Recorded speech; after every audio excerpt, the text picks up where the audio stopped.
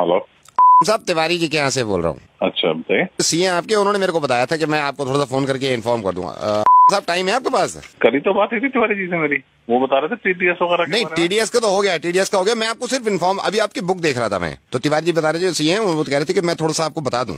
जी जी बताइए। क्योंकि वो ऐसा है ना, टैक्स वैक्स का फिर काम फिर लटक गया था सर। नहीं बताइए। एक सेकंड, 30% टैक्स ये तो पे कर दिया सर हमने आपका, ठीक है सर।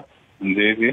10% टीडीएस भी आपका, तिवारी जी ने कहा था टीडीएस। हाँ तो ये तो पता ही है, मेरे को बता दिया था उन्होंने। इसके दो ना फायदे बता रहा था इसको मैं आपके। तो सर 30% जो टैक्स कटा है आपका, क्योंकि सर आपका स्लैब जो है वो 12 लाख से ऊपर है, तो 30% टैक्स कटने का फायदा ये है सर, कम से कम कल को इनकम टैक्स का डंडा तो नहीं होगा। और जो सही है, ये 10% टीडीएस भी आपने इसलिए काटा कि कल को आपको कोई प्रॉब्लम ना हो, ठीक है ना। तो सर ये दो फायदे हो गए, मतलब इनकम टैक्स के डंडे से बच गए, दूसरा ये टीडीएस के भी डंडे से बच गए। क्या कहना चाह रहे हो? ये तो मुझे ही पता है। नहीं मैं नहीं, कम से कम इस जिम्मेदारी से बच गए ना। क्या कह रहे हो यार? सर मैं ये कह रहा हूँ, ये देने के बाद आपके ऊपर से जिम्मेदारी हट गई, आप कल को पागल है कि एक ही बात 30% को पकड़ लिया तूने? मेरे को पता नहीं है ये बात। ये तो पता है सर आपको। तो 30% टैक्स दे दिया तो इनकम टैक्स का डंडा आप पे नहीं पड़ेगा, आपकी जिम्मेदारी खत्म, आप बुरा मत मानिए सर। लेकिन इनका डंडा पड़ गया, ये क्या होगा फिर? यार रोजे रमजान में गालियां दिलवाएगा, क्या रह गया सर? ये क्या सर 2.5% ज़कात है? 2.5% ज़कात।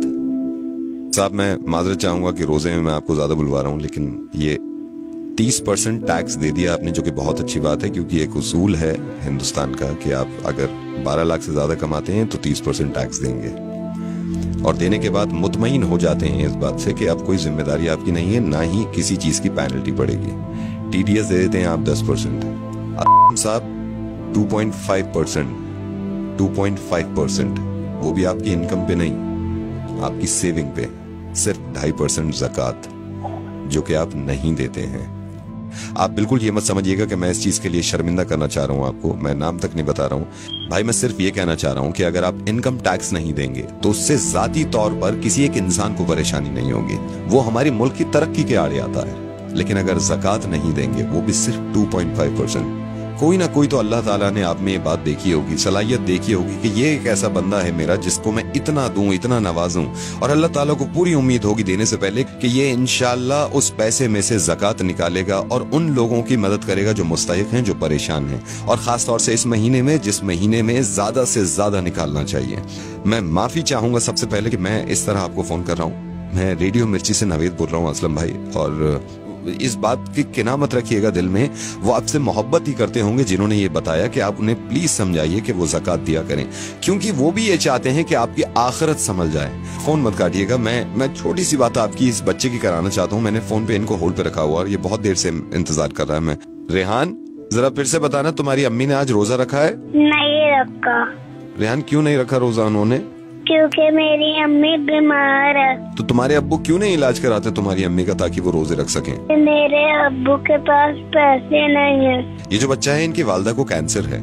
इनकी वालदा रोजे यूं नहीं रख सकती क्योंकि ये बीमार हैं। बीमार इसलिए हैं क्योंकि ये इलाज नहीं करा सकती।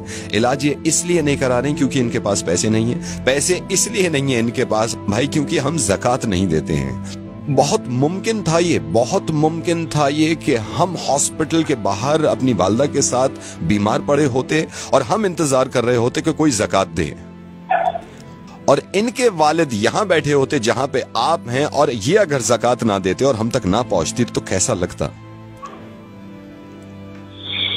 आपके माशाल्लाह 2 मासूम बहुत प्यारे बच्चे हैं, और मैं ये दुआ करूंगा कि इंशाल्लाह बहुत लंबी उम्र हो उनकी और बहुत तरक्की करें वो। टैक्स नहीं देते हम तो कितना घबरा जाते हैं कि नोटिस आ जाएगा इनकम टैक्स की तरफ से।